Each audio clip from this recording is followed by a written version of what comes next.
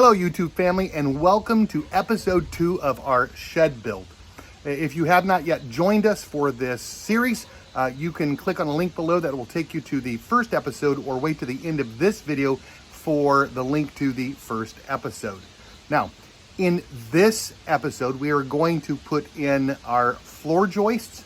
We're going to be putting in the floor to our base, as well as going out here in just a moment and connecting the L brackets to the exterior frame of our base.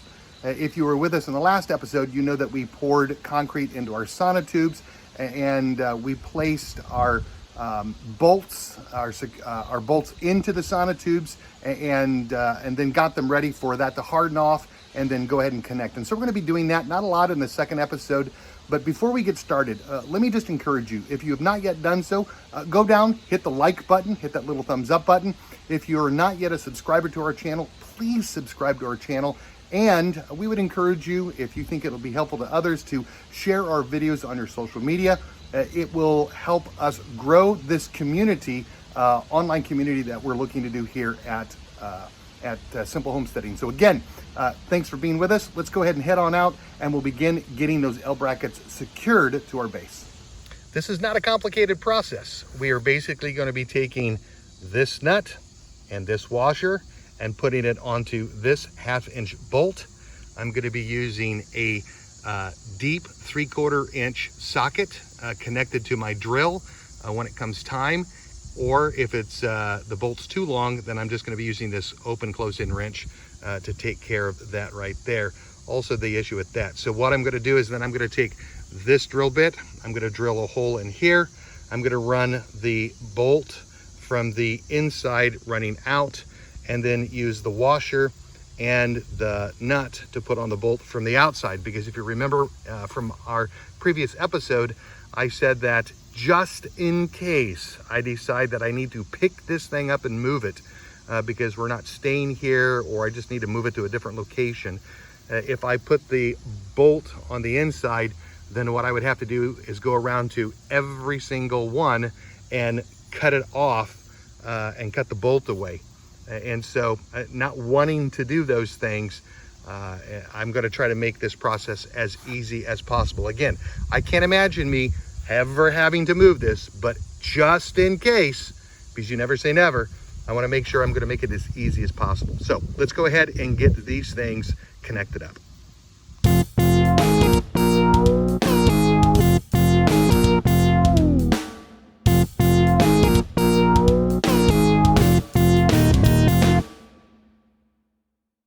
All right, so not very complicated, right? I've got to do 7 more of those, and then this job will be finished, and I'll move on to putting in the floor joist and the supports next. One thing I do want to say about this part, I am going to kind of evenly go around and tighten these like you would the nuts on a tire when you're changing a tire or changing a flat, where you don't necessarily go around the circle, but you go opposite each other. Remember, this is square, and as I drill that hole and I tighten up those bolts, I do not want to end up kind of knocking it off square. And so we're just going to kind of go opposite ends and work our way around to try to keep this from shifting it all off square. Now that the bolts are installed, we're going to go ahead and put in the joists to the floor, cross bracing, and then get the 3/4 inch tongue and groove flooring put down.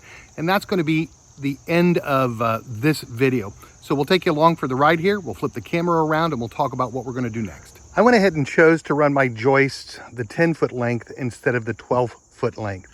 If I had chosen to run my joists this way, I could have used my 4x8 and it would have fit more neatly, running this direction, going this way with the boards. However, I decided to go ahead along the shorter edge, and to me, it's the same amount of cutting. A cut is a cut is a cut is a cut.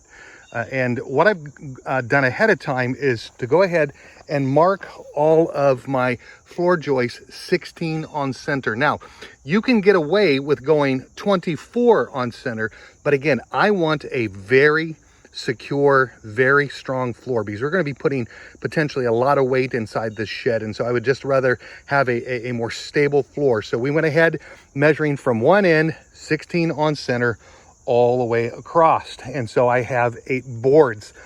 If you do this and you've never done this before, just remember that if you're going to start on this end and run this direction, you should also start on the same end on the opposite side and run in the same direction, or you're going to end up potentially being cattywampus on this. So let's go ahead and make our measurements, cut our boards, and start bringing them over and getting them placed here. We're also going to be using joist hangers. We'll show you that in just a moment. If you notice, I have imperfections down the side, the edge of my 2x6 by 10. And what I've done is as I went through and I sorted through this lumber, I went ahead and looked for the best lumber I could. However, you're not always going to get the best lumber. So what you want to make sure is to use an edge that has the best face possible and have that up facing the floor decking. So again, you just want to check that and make sure that you're putting your lumber with the correct edge up. All right, let's go ahead and continue. I went ahead and measured the distance from my back 10-foot span to my front 10-foot span, and it is exactly 10 feet. Now, if you'll see, I have more than 10 feet. And this is just a little bit more than we want. If it was a 1/16 of an inch, maybe even an 1/8 of an inch, we wouldn't be too bad. But your lumber, even though it says it is 10 foot in length, will often not come 10 foot in length. So just make sure that you check that. You don't assume because you got 10 foot lengths of lumber that it's going to be 10 feet. So we're going to have to go ahead and put a straight edge on this, use a square, and go ahead and cut this.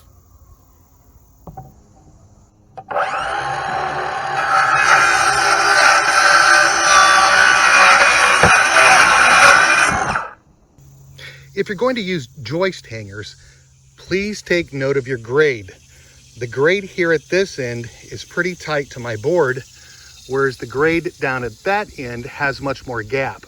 And so if I were to affix that board, that cross member down there, I probably would have enough room to slide my joist hanger up and then put it upright at the end. But over here, I don't. So I could start with it back and slide it forward, or I can just go ahead and get my joist hanger in there ready to go. And then once this is affixed to the board, I then slide this up and then I attach my joist hanger. So again, just another helpful hint. And remember, I am not a carpenter. I do not have a contractor's license. I am just an amateur building his own shed. I've got a screw in here, and I have one screw in all the way down there at the top. Now what I'm going to do, and you can either do this with a square or you can do it with a small bullet level like I have. I'm just going to make sure that my my boards, my joists are perfectly level. And again, a quick way to do that would be potentially with a square, but because I have my square back up at my truck where I'm cutting my joist, I'm just gonna go ahead and use this bullet level, and to make sure that everything is nice and level, straight up and down. And then once we've got this first one set, I'll go ahead and switch to a different view and put this on fast forward and watch you and allow you guys just to watch me put in all of these joists.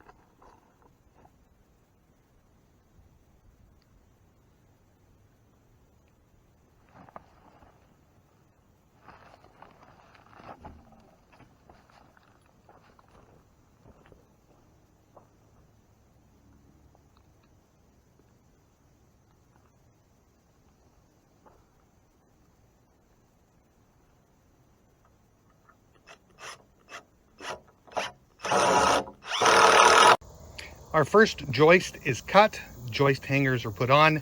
Now I'm going to come back and I've measured and marked all the rest of my floor joists, and I've lined up all of my lines, and now I'm going to see if I can end up taking that and just making one continuous cut all the way down. I don't know, we'll see how it goes.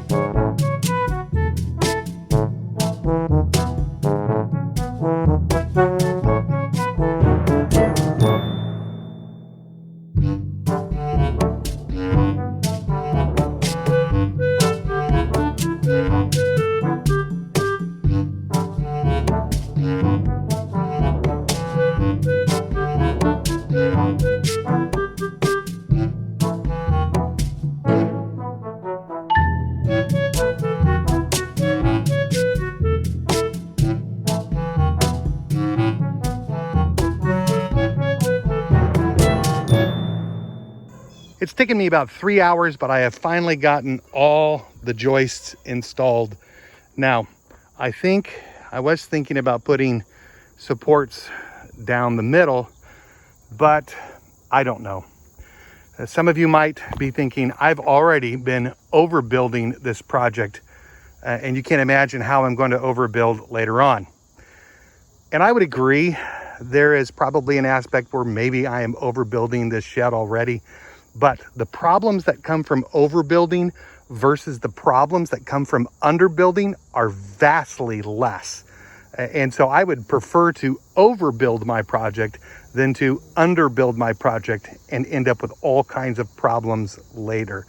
So again, I don't know, we'll see. I might end up running some sort of middle support. I'm thinking that once I get those down onto here, running this direction, that I'm going to get enough support that I'm not going to have to worry about any kind of movement on this floor whatsoever, because I'm going to be gluing and screwing this. So let me go ahead and make some checks, and then I will come back and we will show you what we're going to do next. Well, after looking at things, I think I'm just going to go ahead and not worry about the cross bracing coming down here.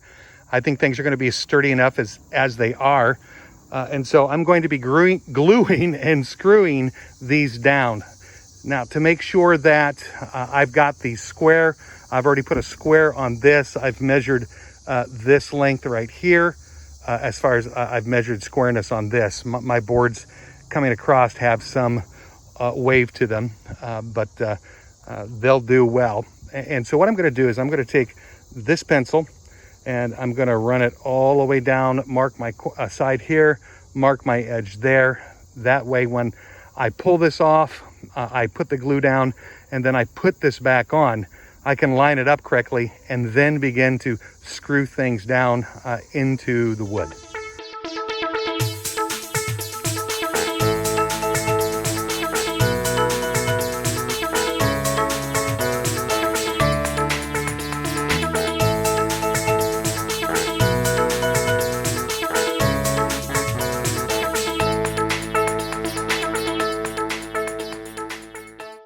Okay, we got it almost done today. It is after 6. It is really hot. I'm really tired. I'm really thirsty. I'm really hungry. I know, I'm a wimp. So I'm gonna pick my work side up. I'm gonna get everything taken care of, put it in the back of the truck. Maybe even leave the truck back here, who knows?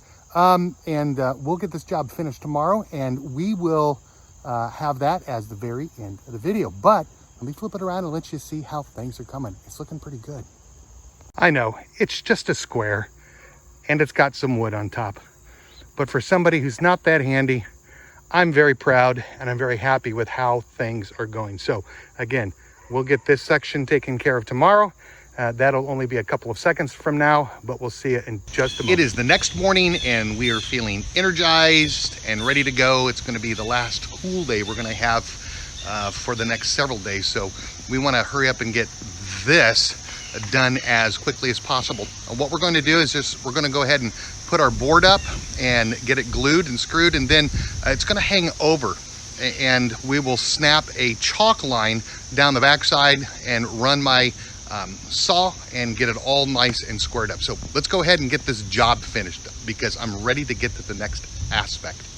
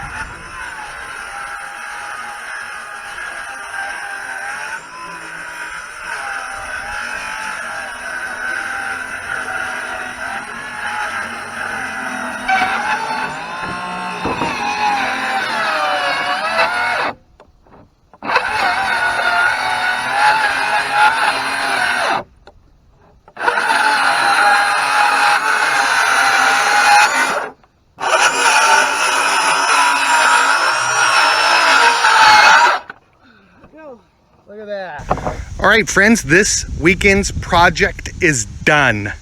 We've gotten the deck put in, the joist all finished. You probably saw us snap a chalk line and then run our saw all the way down. We had to use a hammer to get some of these tongue and grooves to fit because this was put out last night. The wood swelled just a little bit, and so we had to use a force to make that come up, make it fit, right?